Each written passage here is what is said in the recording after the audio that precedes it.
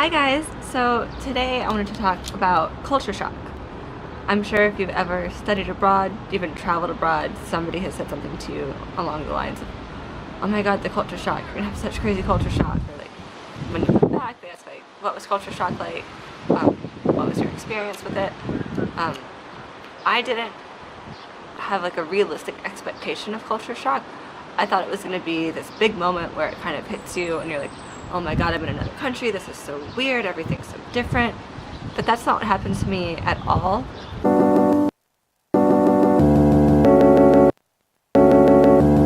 So in our expat training we went over this chart. Obviously mood is this axis, the other one is time, how long you've been in the country.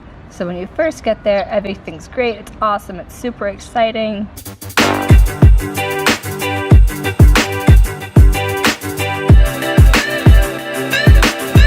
You love it, it's an adventure. Then you hit the low. The first time you miss home, you miss your family, all that stuff. And then you're kind of going to go through like the same thing until it evens out to kind of like your daily emotional range. I think I got lucky moving to Shanghai first. It was very similar to New York City, at least in my mind, so it made the transition very easy for me. I love New York City, so being in the Chinese version of it kind of like helped ease me into expat life. That being said, I didn't have my big, crazy, dramatic, like, oh my god, it's so weird. I had small moments that like shocked or surprised me that this was acceptable in another country.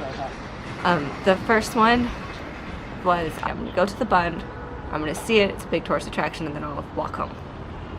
So I get there and I'm taking my pictures, doing my thing, and then I decide to kind of observe the Chinese and what they do. The thing that got me was this woman that was just like looking down, watching her child, and her child was peeing. Really? This guy's gonna come up here? Okay, I'm gonna finish this story somewhere else.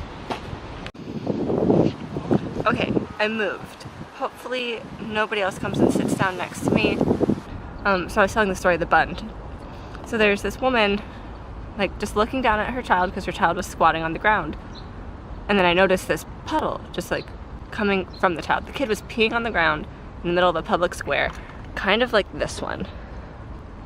Like, I mean, granted the Bund is busier, it's a tourist attraction like I said before. So, surrounded by tons of other people, this kid is just peeing in the middle of a square.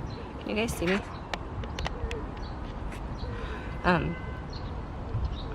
And it was just so unusual to me.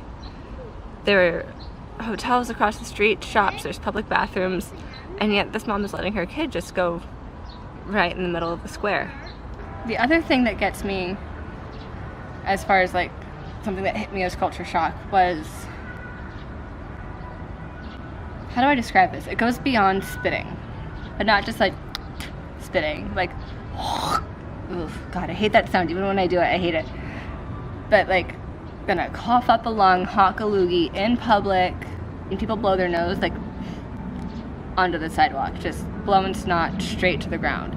Every week for the first, about 8 to 10 weeks that we were out here, we would have a conference call with some of the people that are in charge of our global mobility team.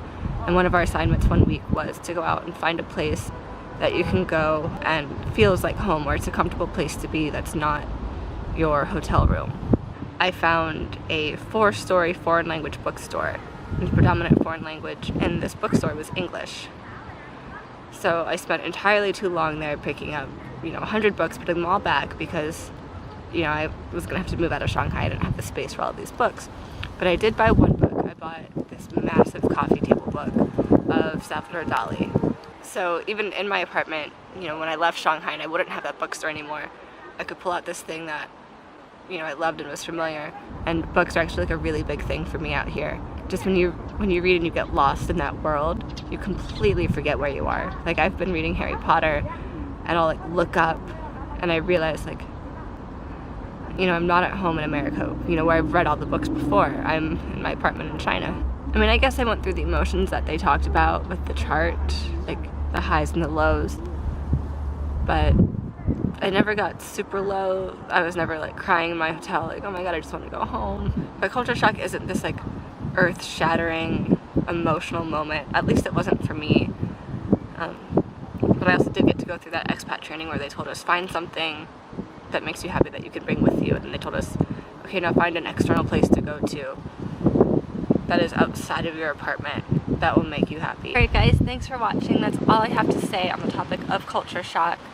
So please just take everything I say with a grain of salt. Just because it happened to me doesn't mean it's going to happen to you this way. Has anybody out there experienced culture shock in a more extreme way than I have? Please share your story down below in the comments. I would really love to hear it.